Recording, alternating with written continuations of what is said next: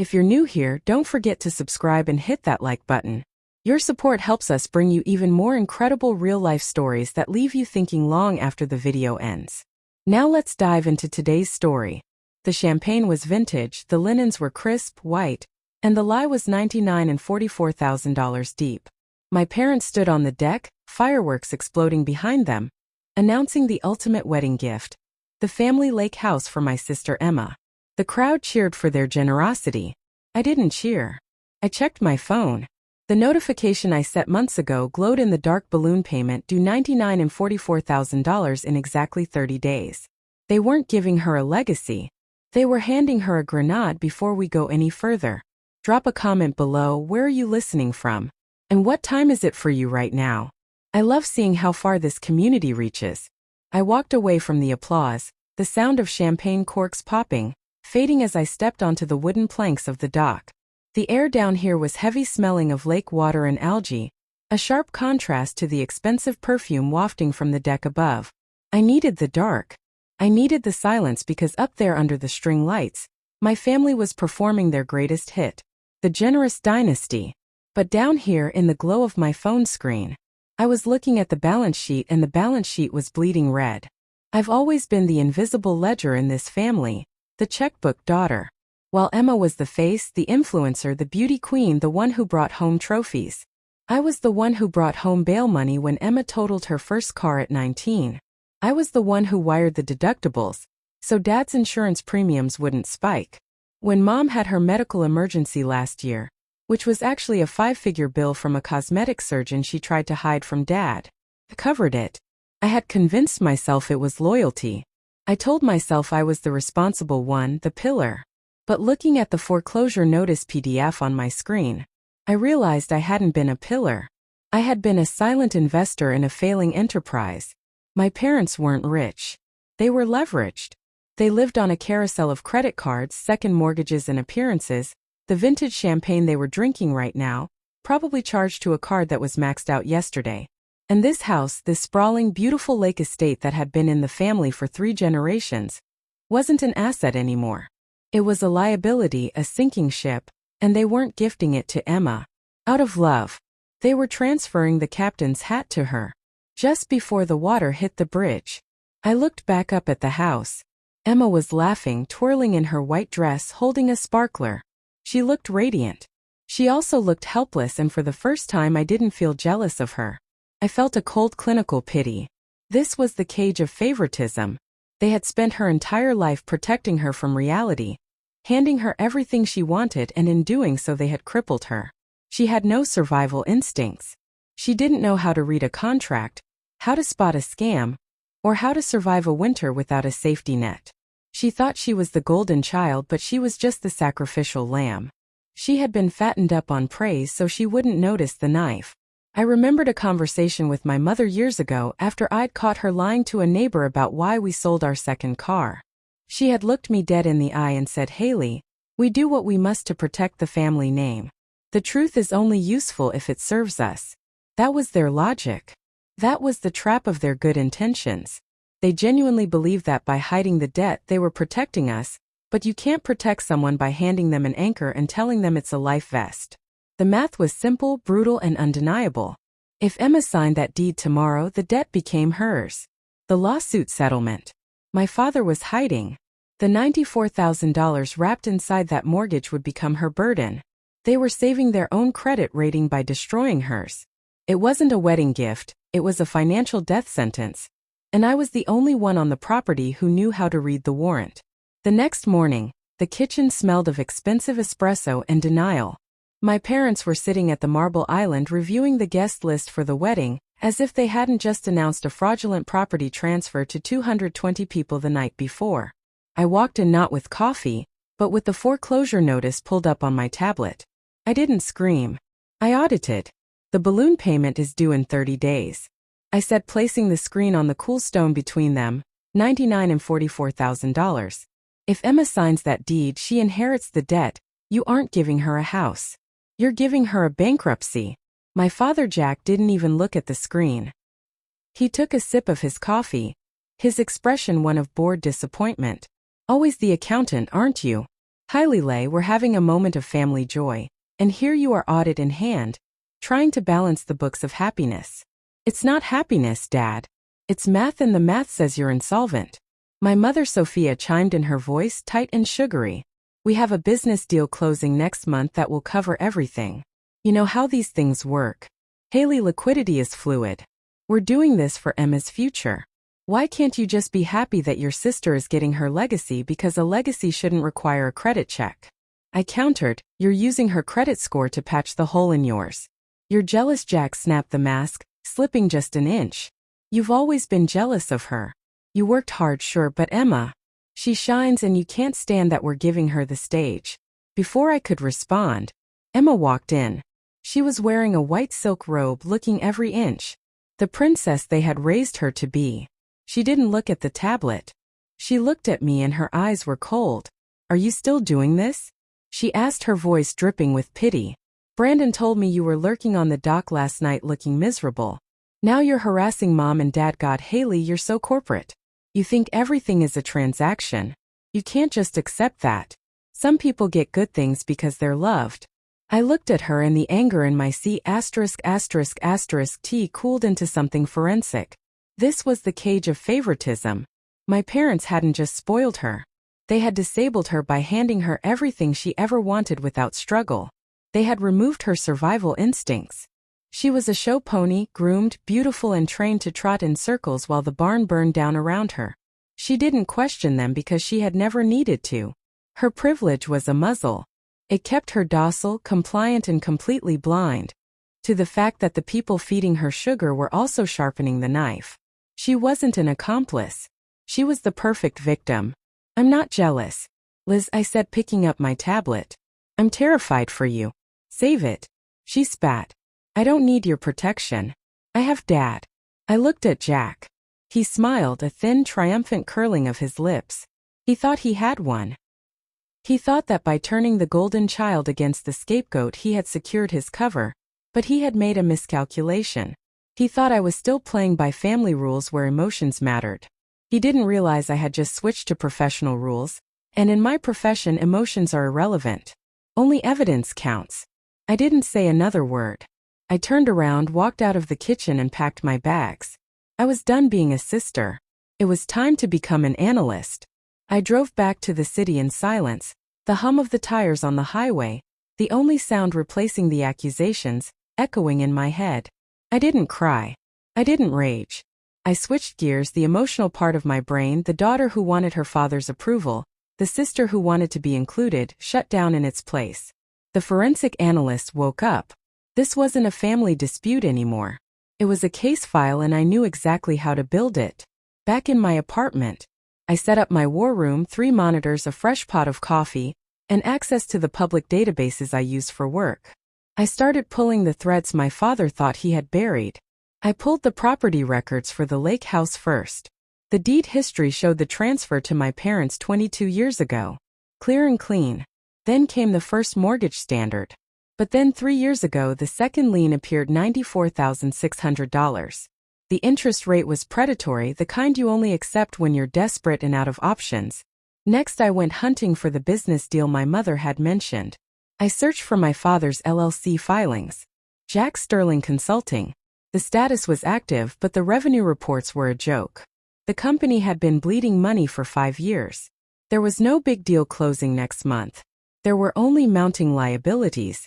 But the real smoking gun wasn't in the business records. It was in the court filings. I searched my father's name in the county clerk's database, filtering for civil suits. And there it was. Case number 22. CV 9043. Peterson versus Sterling, filed 3 years ago, settled out of court. The plaintiff, a former business partner, had accused Jack Sterling of embezzling funds from a joint venture. The settlement amount was confidential, but the timeline matched the second mortgage perfectly. He hadn't bought a boat, he hadn't renovated the kitchen, he had bought his freedom. I sat back, the glow of the screens illuminating the dark room. It was worse than I thought. My parents weren't just irresponsible. They were criminals in hiding. They had paid off a fraud allegation with debt, and now they were about to transfer that debt to Emma to wipe their hands clean. If the partner came back for more, Or if the IRS audited them, they could claim insolvency. They would point to the house transfer and say, "Look, we have nothing. Our daughter has the asset." They were setting her up as the fall guy for a crime she didn't even know existed. My phone buzzed. It was a text from Emma. "Please just let it go. You're ruining everything." I stared at the message. She still thought this was about a party. She thought I was being petty, trying to steal her spotlight. She didn't realize I was the only thing standing between her and a felony investigation. I didn't reply. I printed the court docket. I printed the settlement agreement summary. I printed the foreclosure notice. I compiled everything into a single PDF file titled The Truth. This was the trap of their good intentions. My mother had probably convinced herself that hiding this was an act of love. She would say they did it to protect the family name, to keep Emma from worrying. It was cognitive dissonance weaponized. They believed that maintaining the image of wealth was more important than the reality of survival. They thought that if they just kept dancing, the music would never stop. But the music had already stopped. The band had packed up and gone home. And the only sound left was the scratching of a pen on a foreclosure deed. I closed my laptop. I had the evidence. I had the motive. Now I just needed the venue. The rehearsal dinner was held in the ballroom of the Grand Hotel downtown. A venue that cost more for one night than my parents had in their combined retirement accounts. Crystal chandeliers dripped from the ceiling and the centerpieces were towering arrangements of white orchids. It was beautiful, it was expensive. It was a lie. I arrived late, carrying nothing but a slim laptop bag. I had traded my bridesmaid dress for a sharp black suit. Tonight wasn't about blending in. It was about standing out. I scanned the room. My parents were at the head table holding court, basking in the admiration of their guests. Emma was next to them, looking nervous but radiant, holding Brandon's hand. Brandon looked bored, checking his watch, clearly ready for the night to be over. I walked over to Emma first. I had to try one last time, just once, for my own conscience. "Liz," I said, leaning down to whisper in her ear. "We need to talk now." Outside, she pulled away, her eyes flashing with annoyance. "Not now, Haley. Dad is about to give his speech. Don't make a scene." "This isn't a scene. It's an intervention. Please." "5 minutes, no," she hissed. "Sit down or leave." I looked at her. I saw the fear behind the defiance. She knew something was wrong. She had to feel the tension radiating off our parents, but she was too terrified to look at it directly. She was choosing the comfortable lie over the terrifying truth. And in that moment I realized I couldn't save her quietly. The infection had spread too deep. The only way to save the patient was to cut it out in front of everyone. I nodded slowly. "Okay." I walked to the back of the room where the AV technician was monitoring the slideshow. I had called ahead using my maid of honor status to get access change of plans. I told him, handing him a flash drive. "We're going with the updated presentation. Dad's speech needs visual aids." He shrugged and plugged it in. Jack stood up, tapping a spoon against his champagne flute. The room quieted. He smiled, that charming practice smile that had fooled bankers, business partners, and his own children for decades, friends, family. He began, his voice thick with emotion. "Tonight is about legacy, about passing the torch. Sophia and I have built a life, a home, a name. And tomorrow we give the jewel of that legacy, our beloved lake house, to our daughter Emma. It is our gift, our blessing, our—" I hit the spacebar on my laptop. The screen behind him, which had been displaying a photo of Emma as a toddler, flickered. Then it changed. It wasn't a baby picture. It was a PDF notice of default and intent to foreclose. The text was blown up to 10 feet tall. Amount due $99 and $45320 and $49. The room went deadly silent. Jack stopped mid-sentence, confused by the sudden hush. He turned around, the color drained from his face so fast I thought he might faint. I didn't stop. I hit the spacebar again. The next slide appeared. Settlement agreement. Peterson versus Sterling. The fraud allegations. The settlement amount, $94,600. The date, 3 years ago. I hit the spacebar again. The email from my mother to my father, dated 3 months ago. If we transfer the deed before the balloon payment hits, the liability shifts to her. We can claim we gifted it in good faith. Buys us time. I walked to the center of the room. I didn't need a microphone. The silence was loud enough. It's not a legacy, Dad, I said. My voice calm, steady, lethal. It's a liability dump. You aren't giving her a home. You're giving her your debt. You're giving her your fraud settlement. You're giving her a bankruptcy so you don't have to file one yourself. Jack tried to speak to bluster to deny this. This is a misunderstanding. Haley is jealous. She's lying. The documents aren't lying, I said, pointing to the screen. That's the county clerk's stamp. That's the bank's letterhead. That's your signature on the settlement. Admitting to embezzlement. I turned to Brandon. He was staring at the screen, reading the numbers. He was a tech heir. He knew how to read a balance sheet. He stood up slowly. Is this true? He asked Jack. His voice wasn't angry. It was cold, businesslike. Brandon's son. Please let me explain, Jack stammered, sweating. Now is it true? Jack looked at the screen.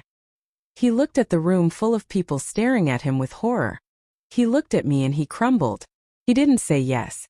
He just looked down. Brandon turned to Emma. She was sobbing, looking between the screen and her fiancé. Terrified, did you know? He asked her. No, she wailed. I swear, Brandon. I didn't know. He looked at her for a long moment. Then he looked at the debt on the screen. I believe you, he said. But I can't marry into this. My family. We can't be attached to fraud. He took the engagement ring off her finger, not cruelly, but decisively placed it on the table and walked out. The room erupted.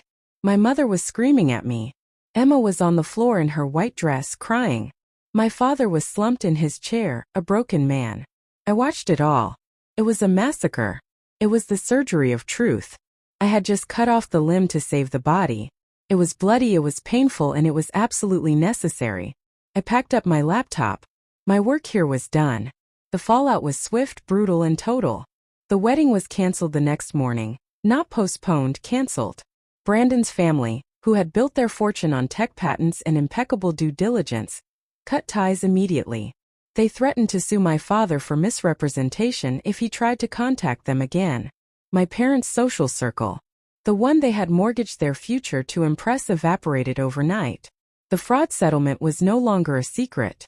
It was the headline of every whispered conversation at the country club they could no longer afford. Emma showed up at my apartment 3 days later. She looked like a ghost. Her perfect hair was pulled back in a messy bun, and she wasn't wearing makeup for the first time in her life. She didn't look like an influencer. She looked like a survivor of a natural disaster. They're selling the lake house, she said.